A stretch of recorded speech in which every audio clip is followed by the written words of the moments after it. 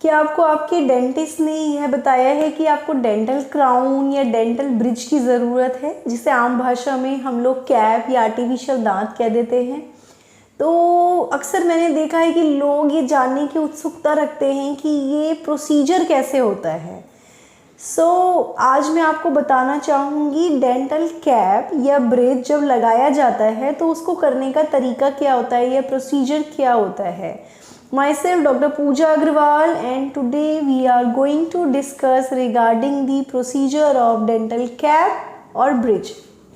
सबसे पहले अगर हम बात करें तो whenever if I talk about my clinic, whenever I say my patient, I'm so happy कि पेशेंट में ये क्यूरोसिटी है कि डॉक्टर साहब ये प्रोसीजर आप कैसे होगा, कितना टाइम लगेगा, आप कैसे इसका नाप लेते हैं। यूजुअली मैंने देखा है कि पहले और अब के टाइम में बहुत एडवांसमेंट हो गया। पहले लोग इतना बॉदर नहीं करते थे प्रोसीजर के बारे में, बट अभी एक उत्सुकता होती है, क्यूरोसिटी होती है।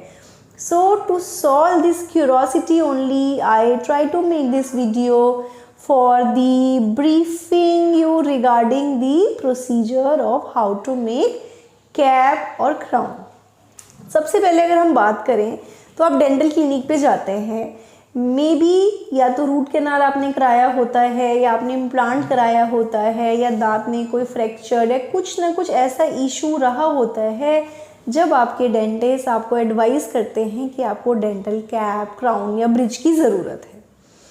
तब नेक्स्ट क्वेश्चन आता है कि कैसे इसका प्रोसीजर होगा।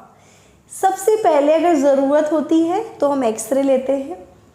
नेक्स्ट स्टेप होता है कि जो भी डिकेड पोर्शन है हम उसको क्लीन अप करते हैं। यानी सपोज़ कोई दांत है, उसमें कैविटी है, उसमें काला काला दिख रहा है, वो डीके हो गया है, यानी कि आम भाषा में जिसे हम कहते हैं कीड़ा लग जाना या कीड़े ने खा लिया है, या हमारी लैंग्वेज में उसे डीकैल्सिफिकेशन या डिकेड केरियस कह देते हैं। तो सबसे पहले हम उस डिकेड पोर्शन को यानी ख़राब पोर्शन को धीरे धीरे क्लीन करते हैं। उसके बाद अगर ज़रूरत होती है तो हम उसमें फिलिंग करते हैं। कुछ केसेस में हम मोर देन फिलिंग करना पड़ता है। अगर स्ट्रक्चर बहुत ख़राब हो जाए तो हम उसको बिल्डअप करते हैं, यानी कि थोड़ा स्ट्रक्चर को हम बनाते हैं। इम्प्लांट के केस में हम अबटमेंट लगाते हैं। उसके अंदर का एक जो पार्ट होता है, कैप के अंदर का पार्ट जो इम्प्लांट के ऊपर लगता है, हम उससे लगाते हैं। अगर आपका दांत फ्रैक्चर है या चिप ऑफ हुआ है या टूटा हुआ है तो उस हिसाब से उसको बनाते हैं। तो ये तो हुआ इनिशियल, हमने बेस उसका रेडी कर दिया। बेस जब सब रेडी हो जाता है तब नेक्स्ट आता है टूथ का प्रिपरेशन। प्रिपरेशन में आपके डेंटिस्ट यूजुअली जब आप डेंटल चेयर पे होते हैं तो वो एक फिनिशिंग देंगे। ओके, एक दांत है या मल्टीपल दांत है, आपके दांतों को फिल करने के बाद, बिल्डअप करने के बाद, या अगर इम्प्लांट है तो अबटमेंट्स लगाने के बाद वो उसको एक सपोज फिलिंग या बिल्डअप हो गया तो प्रिपरेशन के लिए एक उसकी फिनिशिंग देंगे, ताकि जब उसके ऊपर कैप लगाया जाए या ब्रिज लगाया जाए और आप मुंह को ऐसे बंद करें तो वो दांत प्रॉपरली मिले। फ्रेंड्स, एक बात का आप ध्यान रखें कि कैप का मतलब या ब्रिज का पर्पस केवल उसको लगा देना ही नहीं होता। उसकी सक्सेस रेट तो तभी होगी जब आप उससे खा पाएंगे, वो देखने में अच्छा लगेगा, नेचुरल लगेगा, और तीसरा बोलते टाइम आपको इतना प्रॉब्लमेटिक नहीं होगा। कई लोग मन में ये धारणा रखते हैं कि आप हमारे कैप तो लगा दीजिए बट दांतों को थोड़ा शॉर्ट मत करिए। पर अगर हम दांत को शॉर्ट नहीं करेंगे तो जब आप मुंह बंद करेंगे वो ऊपर के दांत से टकराएगा, आपका मुंह बंद ही नहीं होगा, आपके ऑपोजिट टीथ मिलेंगे ही नहीं। तो उसके लिए हमें फिनिशिंग इस तरह से देनी होती है फ्रेंड्स, ताकि जब हम कैप लगाएं वो प्रॉपर फिट हो जाए। जब आप ऐसे करके मुंह बंद करें तो दूसरी तरफ के भी दांत प्रॉपर मिले और उस तरफ के भी मिले। जब आप स्माइल करें देखने में अच्छा लगे, जब आप बोलें तो बोलने में कोई परेशानी ना हो, जब आप खाना खाएं तो खाते टाइम आपको कंफर्टेबल हो। तो उसके लिए आपके जो भी रेस्पेक्टिव डेंटिस्ट हैं वो अच्छे से फिनिशिंग देते हैं, उसमें प्रॉपर एक एप्रोप्रिएट स्पेस क्रिएट करते हैं ताकि जब हम उसमें कैप लगाएं तो उसकी बेटर फिट आए। बार बार आपके मुंह को बंद कराने के लिए कहते हैं ताकि ऊपर नीचे स्पेस हमें अच्छी मिल जाए, एक अच्छी स्ट्रेंथ का प्रॉपर अप्रोप्रिएट 100% सक्सेस रेट वाला क्राउन हम आपको दे पाएँ, ताकि आपका ट्रीटमेंट की प्रोग्नोसिस अच्छी हो। प्रोग्नोसिस यानी कि कैप के चलने की लॉन्जिविटी या ड्यूरेशन या क्षमता अच्छी हो। जब प्रिपरेशन हो जाती है तब आपके डेंटिस्ट आपका नाप लेते हैं। नाप के लिए जो हमें लेना है उसके लिए अलग अलग साइज़ के ट्रेज हमारे पास होते हैं।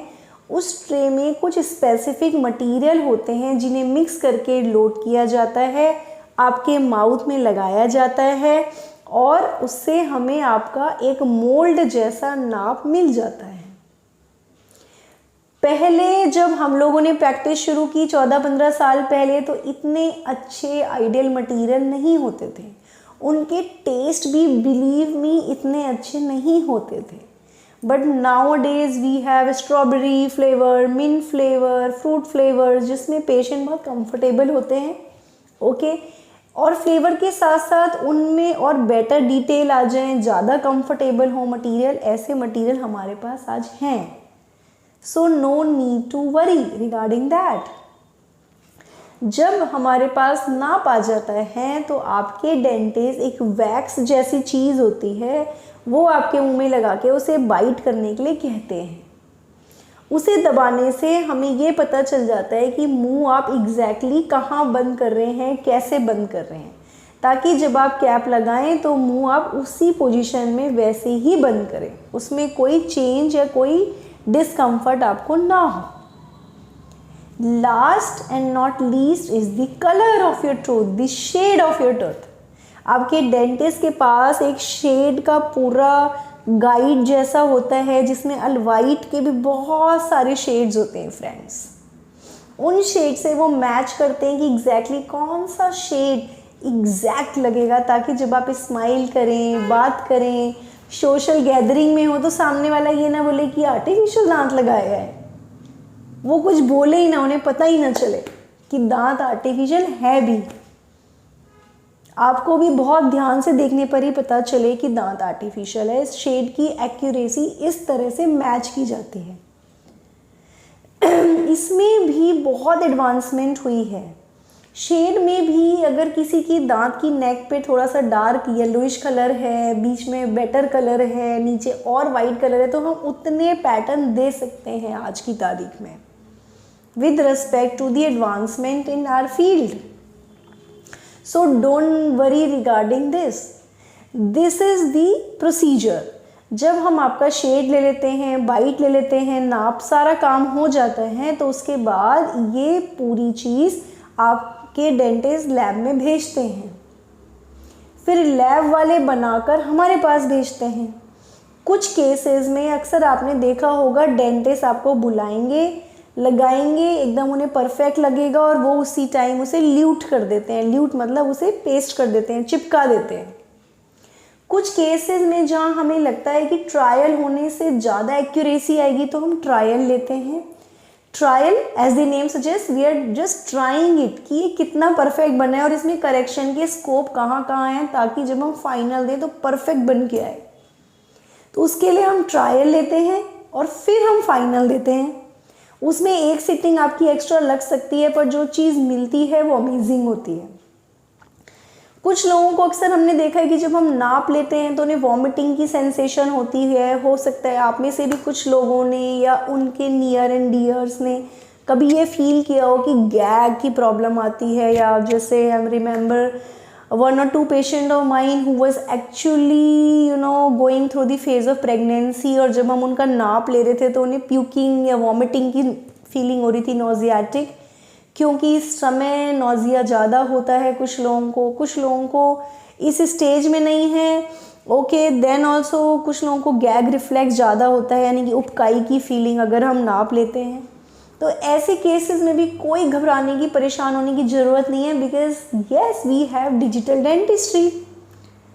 उसमें वी हैव अ स्कैनर बजाय हम ट्रे में डाल के मटेरियल लें, हम स्कैनर लेते हैं। स्कैनर से हम आपके पूरे माउथ को, आपके दांत को अच्छे से स्कैन कर लेते हैं।